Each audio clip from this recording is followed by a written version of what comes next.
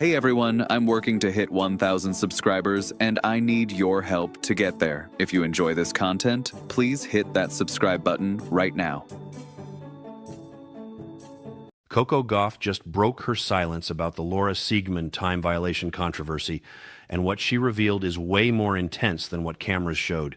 After staying quiet through an entire match while her opponent violated rules repeatedly, Coco finally snapped, and then Siegemund's tearful press conference response made everything 10 times worse. Here's what actually happened that nobody's talking about, and why this moment defined Coco's entire career trajectory in ways we're only now beginning to understand. Before we dive into the explosive details, think about this question.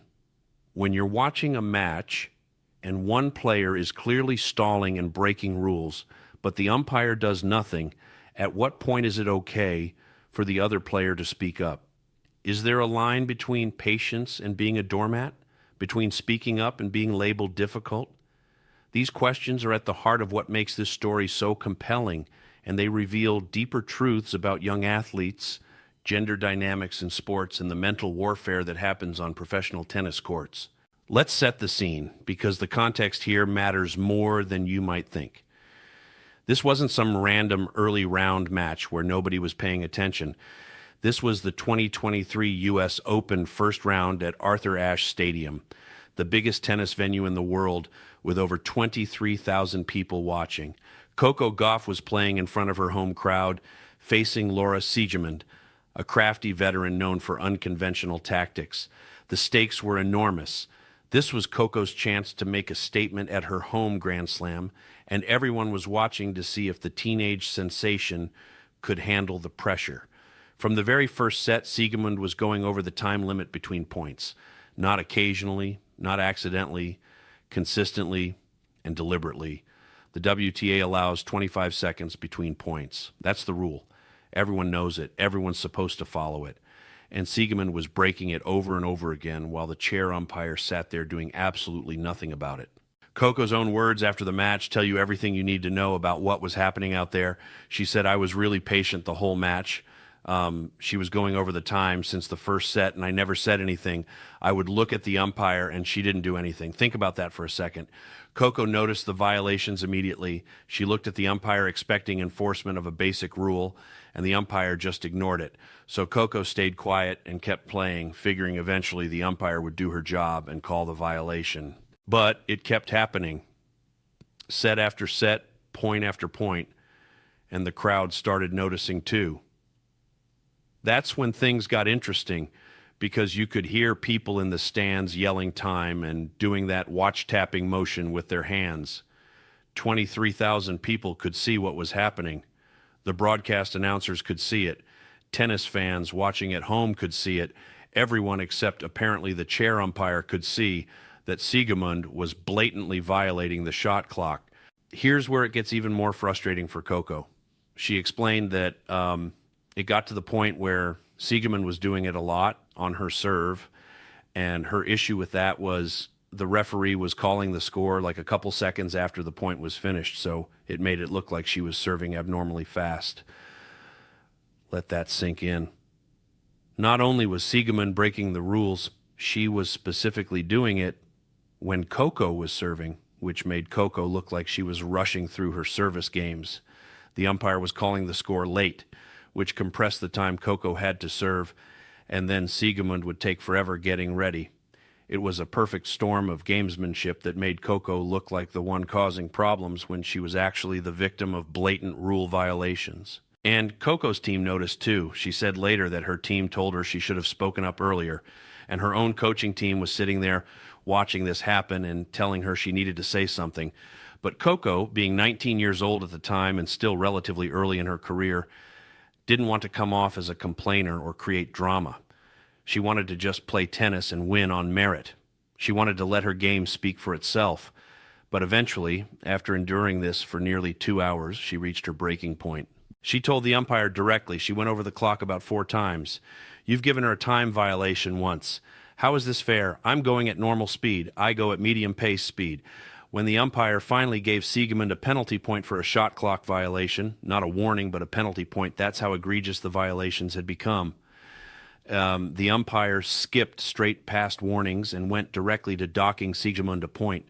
That almost never happens in professional tennis unless the violations are undeniable and repeated. And you know what Siegemund's response was? She complained.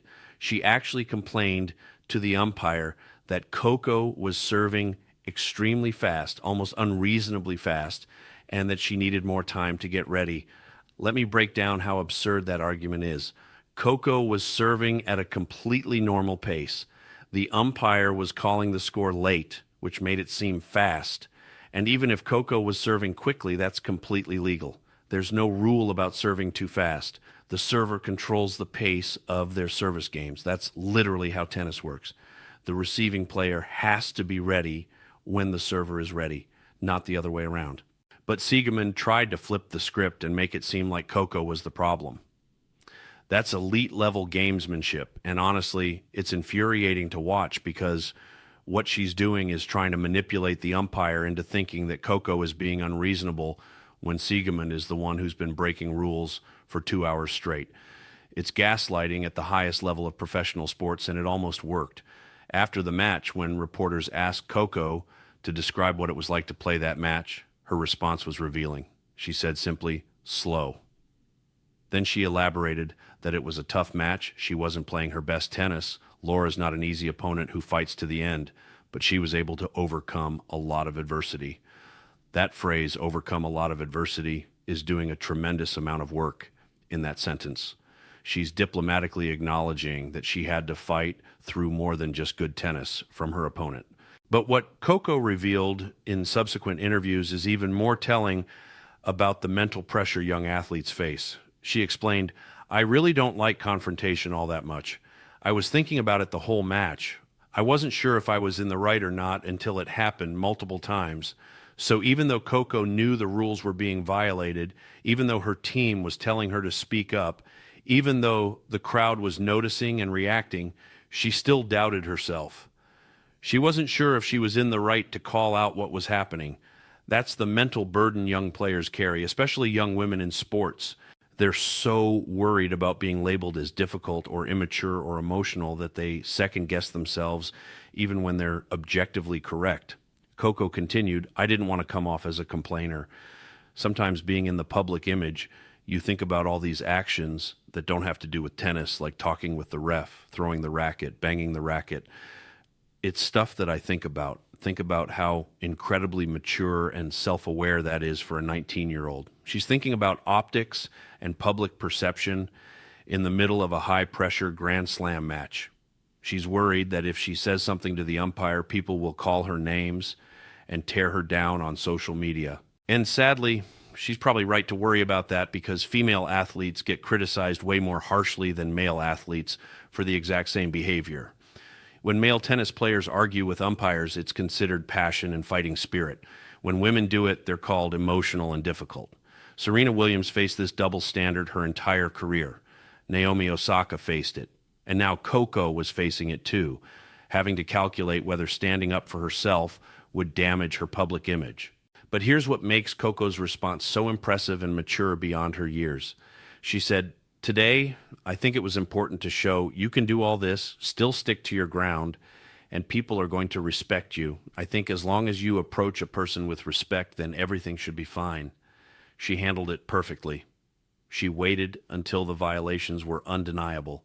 She expressed her frustration clearly and directly without yelling or losing control.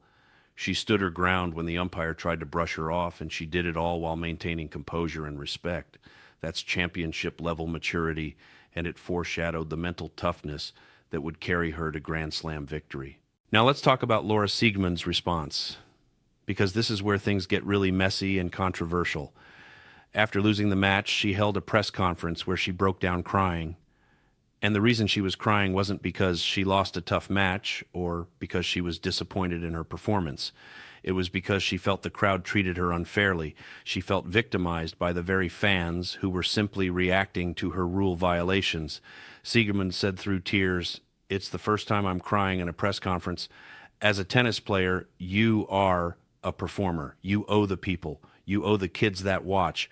I'm just a bit, at the end of the day, I go home and I can look at myself and I can say I did a great job, but did I get anything from the people for that? Even less than a 0, because they treated me bad. They treated me like I was a cheater, like I was trying sneaky ways to win this match or something. They treated me like I was a bad person. Let's unpack this carefully, because there are layers to this response. Siegemund is upset that the Arthur Ashe crowd didn't appreciate her performance. She feels like they treated her like a cheater and like she was trying sneaky ways to win the match, and she's genuinely emotional about it in a press conference. Here's the problem with that narrative. The crowd reacted negatively because she was breaking the rules repeatedly in front of 23,000 people. They weren't treating her badly for no reason or because of personal animosity. They were frustrated because they could see what was happening and the umpire wasn't doing anything about it for most of the match. That's not unfair treatment. That's accountability. When you consistently violate rules in a professional sporting event, the crowd has every right to express their disapproval. That's part of competing at the highest level. The fans aren't obligated to cheer for behavior that undermines the integrity of the competition. Siegemund continued, there are people who are throwing rackets, who are screaming, who are making bad gestures toward the audience. I did not one moment in the whole match do anything. I was Gauff, just slow. posting about her and that's new something hair in the color, rule. like I she's get my just time another violation. 20-year-old That's getting fine. ready for a fun trip, This is where the rather than the victimhood defending narrative falls champion of one apart of tennis's completely. biggest tournaments. Yes, she didn't throw her Either racket she's or supremely scream. confident, Great. or That's she's the figured bare out minimum something of that professional behavior. But being just slow is a violation of the rules when you're consistently going meets over the Denise allotted Coates time. in person, You don't gets get wined credit and for not dined by throwing your British racket high while society, simultaneously and breaking leaves with a shot very clock favorable rules for 2 impression hours. of both And Denise the fact personally that she's and Bet. comparing herself to 365 as a company. players who have emotional Then, 6 outbursts months or a year is from now, revealing. when Bet She's 360 trying to position herself as the calm, composed professional who got treated unfairly compared to players who have visible meltdowns. But the reality is she was employing gamesmanship tactics that frustrated both her opponent and the crowd, and then when she faced consequences for those choices, she positioned herself as a victim. The other element here that's worth examining closely is the contrast in how these two players handled the situation. Coco stayed composed during the match, expressed her concerns respectfully to the umpire, won the match, and then gave a thoughtful, diplomatic interview about the experience where she acknowledged her opponent's strengths. Siegemund violated rules repeatedly, complained when she finally got penalized, lost the match, and then cried in a press conference about how the crowd didn't appreciate her and treated her badly. One of those responses shows maturity, self-awareness, and accountability. The other shows a refusal to accept responsibility for your own actions and a determination to control the narrative by positioning yourself as the victim. It's a masterclass in the difference between champions and competitors who make excuses. Fast forward to 2025, and when Coco and Siegemund were scheduled to play each other again at the Wuhan Open, reporters naturally wanted to ask Coco about the matchup given their history. And when asked about facing Siegemund again, Coco kept it simple and diplomatic. She said, Siegemund is a very tricky player, very experienced. It will be another tough match. That's class. Coco could have taken that opportunity to throw shade or reference the U.S. Open drama. Sports media would have eaten it up. Instead, she acknowledged Siegemund's skill and moved on. That's how champions handle uncomfortable situations. They don't dwell on past conflicts. They focus on the next challenge. But here's why this story matters beyond just one controversial match in 2023. It reveals something profoundly important about the challenges young athletes face, especially young women in sports. Coco was being taken advantage of by a veteran player using gamesmanship tactics, and her first instinct was to doubt herself and stay quiet because she didn't want to be seen as difficult or emotional. That's not okay. Players shouldn't have to worry about public perception and career consequences when they're simply asking for rules to be enforced fairly. Umpires shouldn't ignore blatant violations just because they don't want to deal with confrontation or because they're not paying close enough attention. And veteran players absolutely shouldn't exploit younger opponents' reluctance to speak up. That's not gamesmanship. That's taking advantage of someone's youth This and isn't some concern tech about startup their image. founder or The fact inherited that wealth Coco situation. eventually found her She voice built and a stood betting up for company from herself scratch is that now wonderful, operates in dozens of countries and shows tremendous generates billions growth, in but she revenue shouldn't have every had single to. year. The system should have now worked she's correctly from the beginning. The umpire should have called the violations immediately after the first, or second instance. And Siegemund should have followed the rules in the first place, or at minimum accepted the consequences without complaint when she was finally penalized.